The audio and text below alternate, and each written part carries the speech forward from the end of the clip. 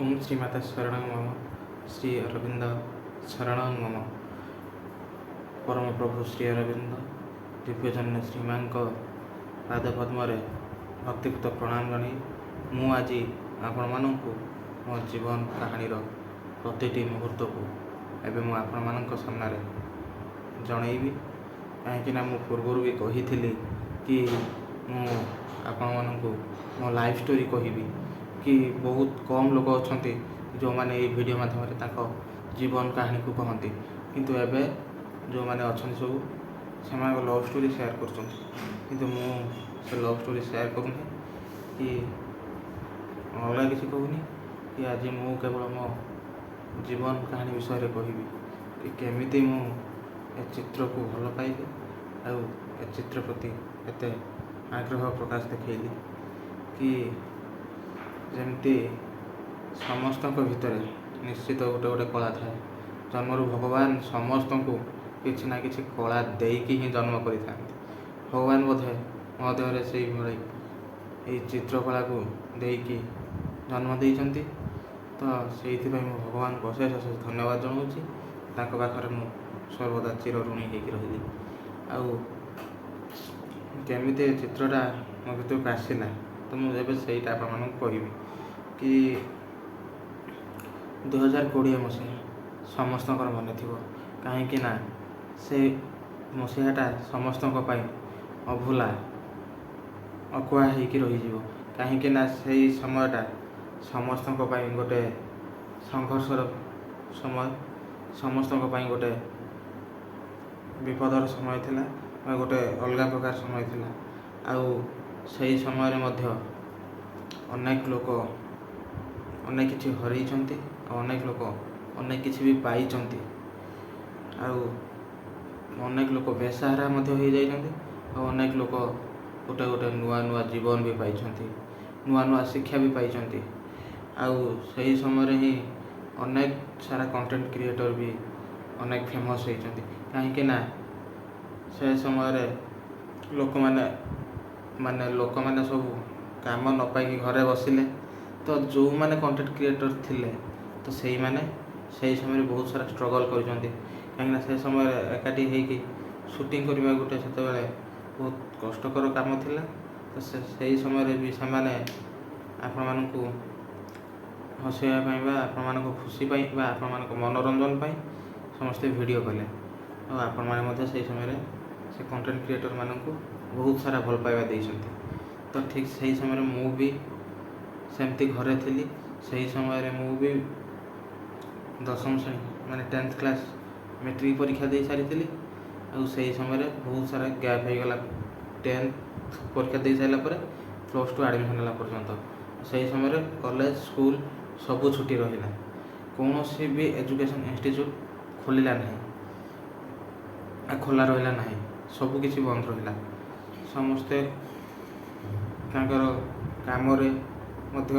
काम को गल समस्ते फाँकार बसिले तो मु भी सही समय सेमती फाँकार थी तो सही समय फाँकार बसी बसी बोर लगे बोर जो लगे ना से समय बस चित्र करे आ चित्र प्रति भी से आग्रह आसला बढ़ी बढ़ी चला आग्रह कि चित्रटार तार पर स्टेप सब शिखापी इच्छा है कि कौ चित्रटा केमती कले भल हम कौ चित्र को केमिति करने द्वारा अति सहजरे सेटा हो पार अति सहजरे से चित्र को मुझे करी तो सही समय मुझे चित्र को पूरा कर लगे आ से चित्र प्रति बेसी बेसी से समय आग्रह बढ़ला कि चित्र विषय जानापी से समय मुझे बहुत किसी जानी तो से समय निजर से मोबाइल नाला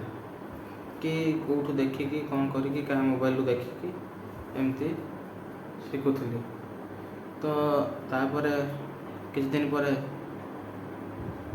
सब स्कूल कॉलेज खुलला मुझे समय स्कूल कॉलेज गली तो बहुत दिन पर एमती चली था तो से चित्र प्रति माने ऑलरेडी भल पाइबा गोटे आसी जाइला चित्र प्रति गोटे वीकनेस आसी सारी कि से चित्र को से पूरा धीरे धीरे ନିଜ ହାର୍ଟ ଭିତରେ ରଖି ସାରିଥିଲି।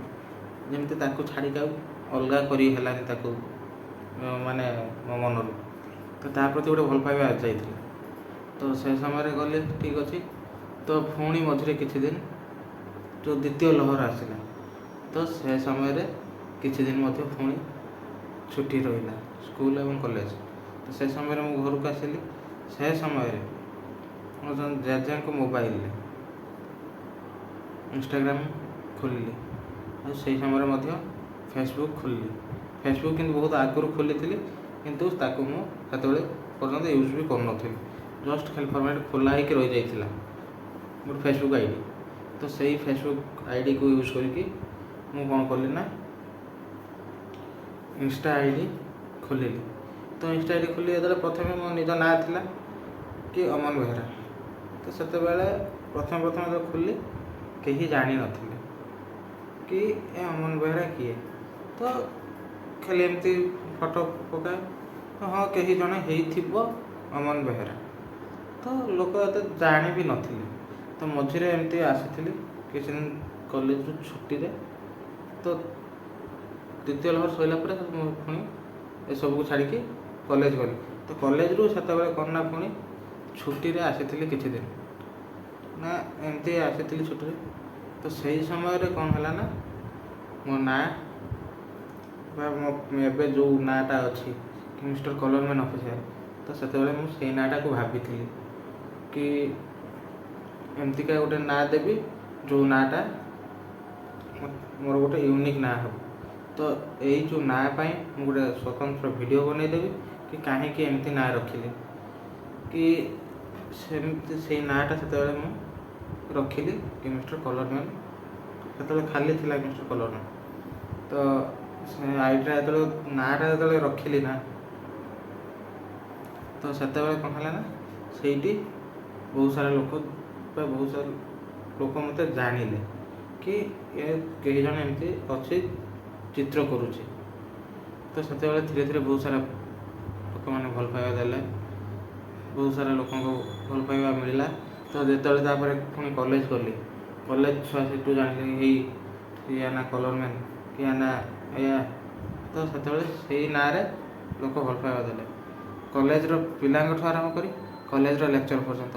କି ଏମିତିକି ଆମର କେମିଷ୍ଟ୍ରି ଲେକ୍ଚର ଯିଏ ଥିଲେ ସିଏ ବି ଏ ନାଁରେ ଡାକିଲେ କି ଆର୍ଟ ମ୍ୟାନ୍ କି ଆର୍ଟ ବୟ, ଏମିତି ସିଏ ସବୁବେଳେ ଡାକନ୍ତି।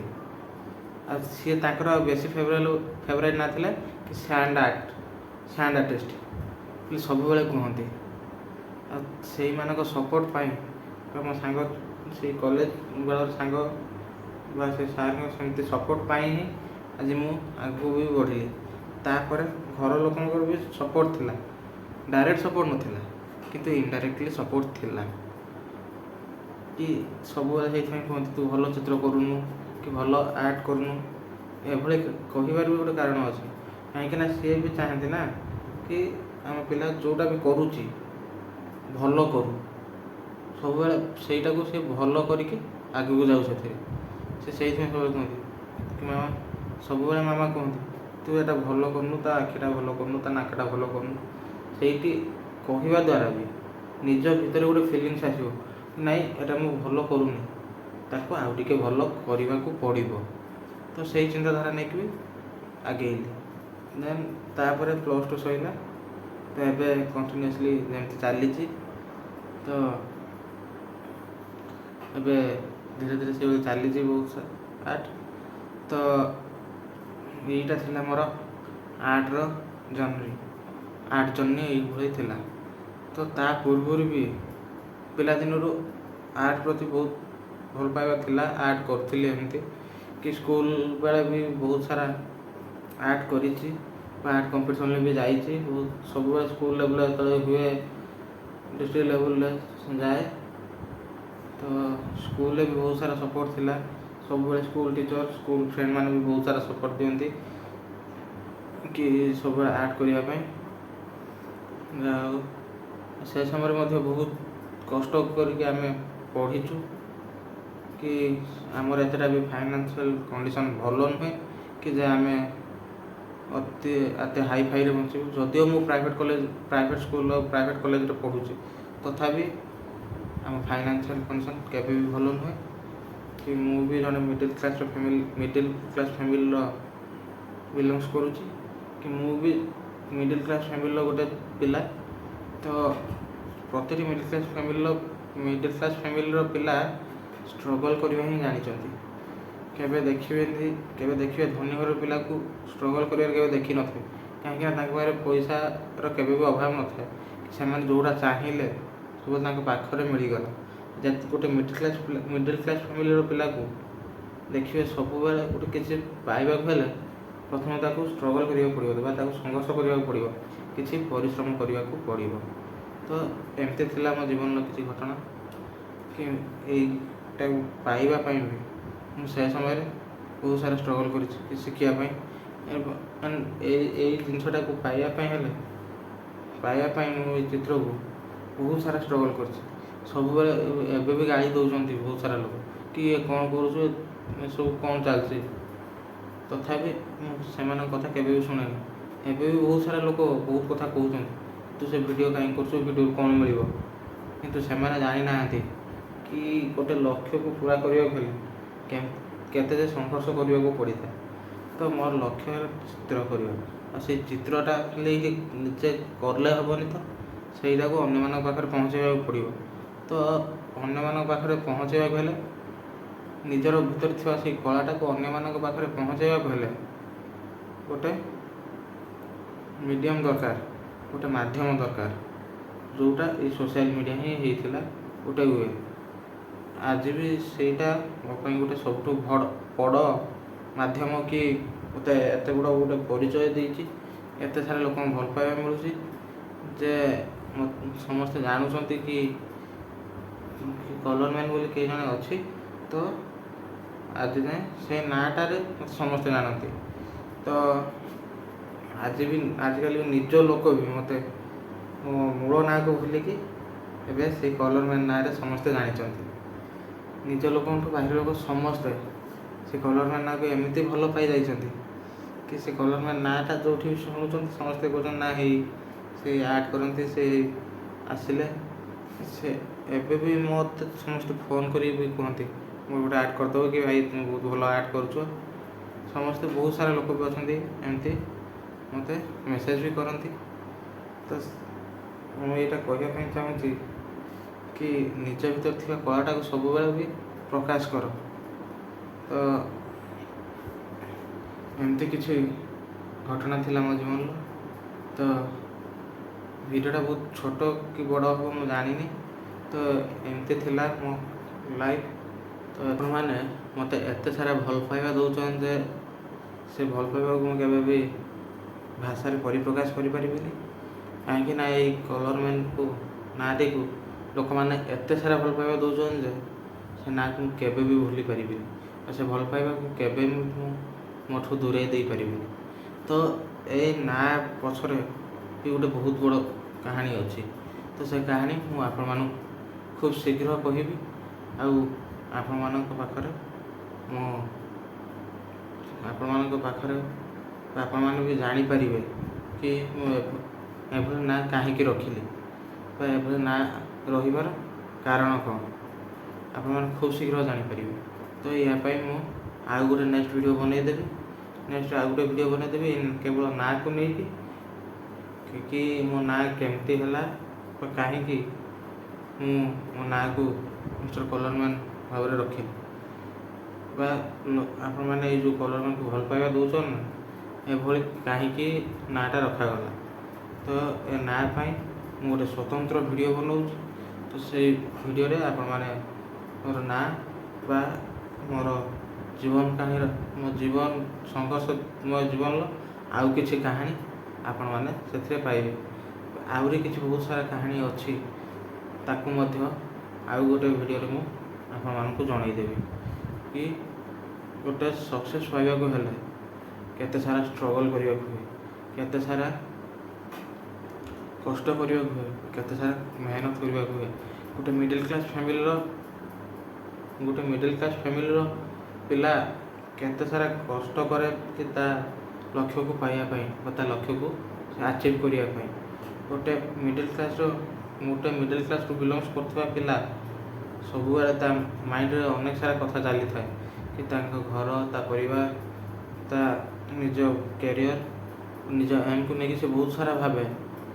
ସେ ପିଲାର ବି ଗୋଟେ ବହୁତ ସାରା ବଡ଼ ସ୍ୱପ୍ନ ଅଛି ଥାଏ ଗୋଟେ ମିଡ଼ିଲ୍ କ୍ଲାସ୍ ଫ୍ୟାମିଲିର ପିଲା। ତ ସେ ସବୁ କେମିତି ସେ ସର୍ଟ ଆଉଟ୍ କରେ ବା ସେ କେମିତି ସେ ସବୁକୁ ମ୍ୟାନେଜ୍ କରିକି ଅତି ଖୁସିରେ ରହିପାରେ ଆଉ ତା'ର ଲକ୍ଷ୍ୟକୁ ସେ କେମିତି ସାକାର କରେ, ସେ ସବୁକୁ ନେଇକି ମୁଁ ଆଉ ଗୋଟେ ଭିଡ଼ିଓ ବନେଇବି। ସ୍ପେଶାଲ୍ ମୋ ନାଁ ପାଇଁ ଗୋଟେ ଭିଡ଼ିଓ, ଆଉ ମୋ ଲାଇଫ୍ର ଆଉ କିଛି ସଂଘର୍ଷମୟ କାହାଣୀ ବା ଷ୍ଟ୍ରଗଲ୍ କାହାଣୀ ମୁଁ ଆପଣମାନଙ୍କୁ ଆଉ ଥରେ କହିକି ଜଣାଇଦେବି ଆପଣମାନଙ୍କୁ। ତ ରହିଲି, ଏତିକିରେ ମୋତେ ଆଜି ପାଇଁ ବିଦାୟ ଦିଅନ୍ତୁ। ଧନ୍ୟବାଦ।